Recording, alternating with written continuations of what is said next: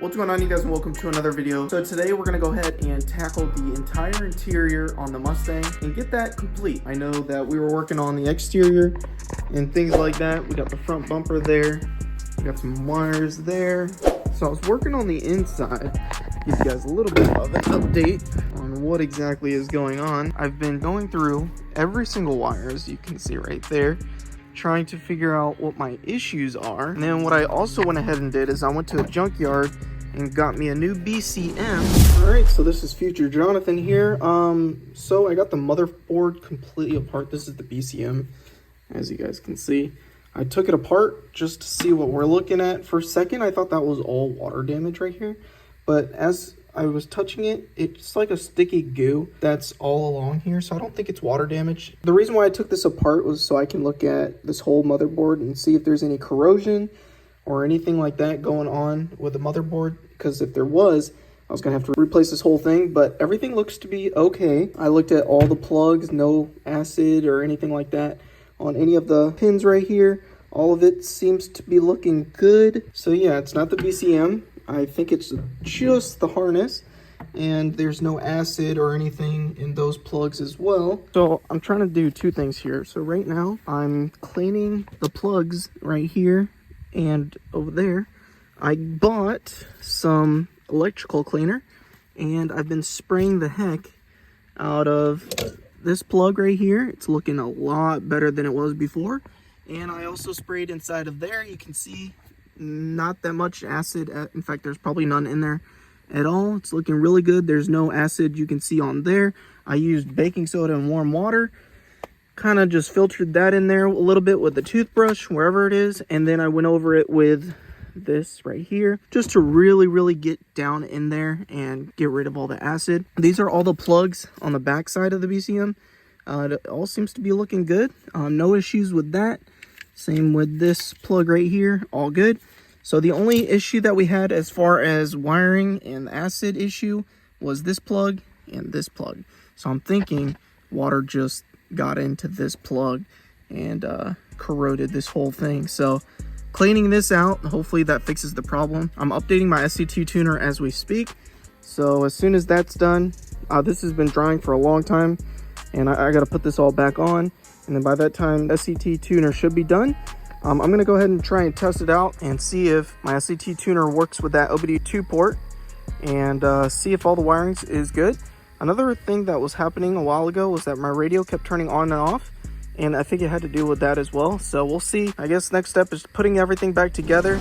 And I went ahead and replaced that whole thing, and it completely fixed, or I wouldn't say completely, but it got it to where I can finally tune the car. The OBD2 port worked. I mean, the OBD2 port is still kind of finicky where I have to like adjust it to make it stay on. I think one of the wires is bad. So I'm not sure what's going on with that, or I might need like a new body harness for inside, but we got it to be tuned by Andrew. Huge shout out to him for tuning this thing, giving us a tune. If you guys need a tune, go hit him up.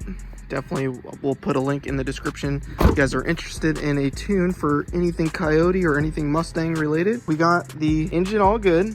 We got her tuned, and it still falls on its face when you floor it. So I still gotta figure that out. That's kind of what I'm doing right now. Just going through everything.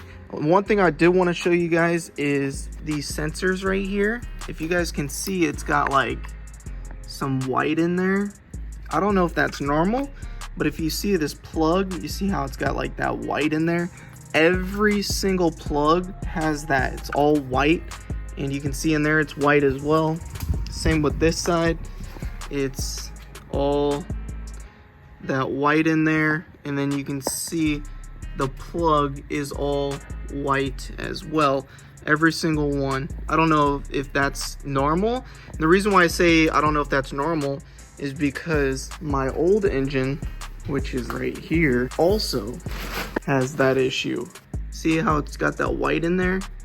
So it's the same thing over here on both sides. It's got like that white. I don't know if it's, you know, melted plastic or what, or if it's a background, or if that's normal. I'm not entirely sure, but when I saw that, I'm like, oh, that's not good. You know what's funny is that when I floored this, it just fell on its face, and when I floor that, it feels pretty much the exact same way. So I'm thinking that might be my issue as far as the reason why it falls on its face. All these sensors are bad, but we got to figure out why it's doing that. And I think it might be because of a bad ground from the body harness, even for my old setup. So it might be something I have to hawk down as far as, you know, where these wires go, which is kind of why I separated all this, kind of to see where each wire goes. You see how this green wire is here and then that purple? The purple goes this way, the green goes that way, and I'm thinking that green wire goes to these two as well, because these are also the green wires. And then these yellow wire and purple wire as well also comes back to here, and there's two purple wires. So I'm thinking it goes all the way back to this plug, which then goes back to this. So I'm just trying to figure out what the issues could be. Also, I was looking underneath here and I found some extra goodies in the intake manifold area. There's random bolts under there. I don't know. I guess the shop forgot that there are some bolts back in there. Let's go ahead and grab that. But there's these bolts. Don't know what they go to. Looks like the headers maybe, I'm not sure. So I'm just gonna leave that back in there to ask where those even go. Oh, I also forgot, if you guys are interested in buying this old engine, please let me know. It is for sale and it comes with the intake manifold as well. This is 1819 intake manifold, and then that's the F-150 complete engine. And yeah, that's pretty much it. It's got a bad piston ring in cylinder 7. So it will need like a rebuild, but all the timing components are good. All the cams are good. Top end should be good. If you guys are interested, please DM me or email me or whatever. Got an engine for you if you guys are interested. All right, enough of that. That's pretty much where we're at with the engine. We got it tuned. Still was falling on its face, trying to figure that out. I think it might be these sensors because they're all being weird. I don't know if that's normal or not. You know, see how it looks weird in there? We'll try and figure that out. The car idles fine, drives normal fine, but as soon as you floor it, it kind of just falls on its face. So if we can figure that out, we'll be good to go. All right, so as we work our way to the interior of the Mustang, this is what we are working with. We got everything pretty much done. I still gotta, you know, fix those wires right there. That's the OBD2 port that I gotta clean up. Gotta put the side panels back in, which is right there. We got this whole center console we gotta put in. Got a new radio, so that's exciting. I put everything together, and I'll show you something that I'm gonna do with the radio as well for you 3-valve owners that wanna do this, to show you how it will work. So let me show you the radio that I got. So the radio I got is right here. It's by iDoing. If you guys are interested in this, I'll put a link in the description for you guys to purchase. It's pretty cool. So the box was inside of a box. This is what it looks like. We got the radio right here. It's a lot bigger than the other radio that I had, which is nice as far as like the screen. So it's a lot bigger. It fills more of the gap. So you see this part right here. So this is not gonna be compatible with my 3-valve. So what I'm thinking I'm gonna do is get a Dremel and cut this whole part out right here and fit my AC controls in here. So we'll see how that goes. This is the volume button, but there's also one up here. And it's pretty easy to unscrew. There's only screws holding it in. Just pop that out, move it, so we can put the 3-valve one in there. And then I can run the AC down here and have the screen up here compatible with, you know, the bezel of the 11-14. Unfortunately, the AC controls of the 11-14 don't work because it's a complete different system and everything like that. So you have to run the 3-valve AC system. So that is what we're going to end up doing. And thankfully, there's a lot of room back there. So if we have enough room, what I want to do is I want to get the AC controls here and put this volume button like right here and put it behind it somehow. But I doubt that we'll have enough room because that 3-valve AC thing is pretty big. So let's go ahead and throw this in the Mustang and see what it looks like. This is everything that's in the box. We got some, that's the GPS, I think.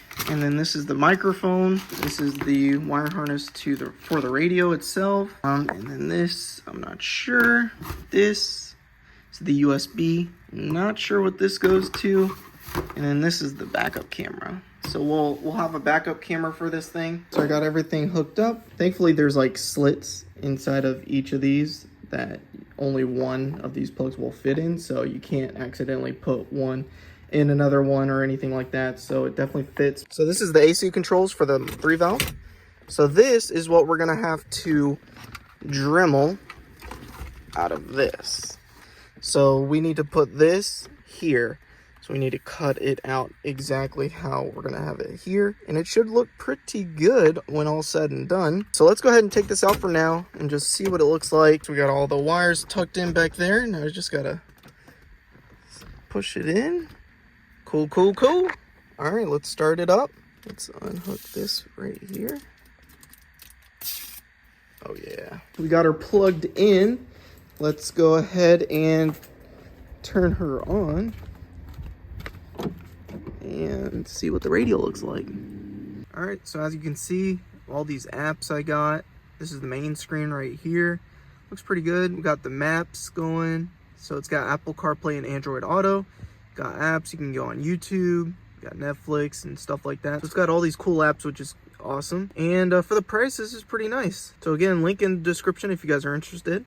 We got the radio in. Let's go ahead and finish up with the interior and get her looking right. There's the center console. Let's go ahead and grab this first. Put this up there. Shove it in just like that. Gotta open this. Have it snap in there. Boom. All right, boom, boom. Let's put the shift knob back on, snap that in, and we are good to go. So this is a 10-inch full display. Super nice, super big. And then, like I said, we're gonna etch this out, cut it out, make it look real nice. I'm gonna clean that up. I'm not sure where we're gonna put that just yet because I don't want to put it back up there because you guys know the water issue with these cars. So I might just relocate that up in there. The water, if it does drip down there, won't get onto the electronics. So that'll clean that up.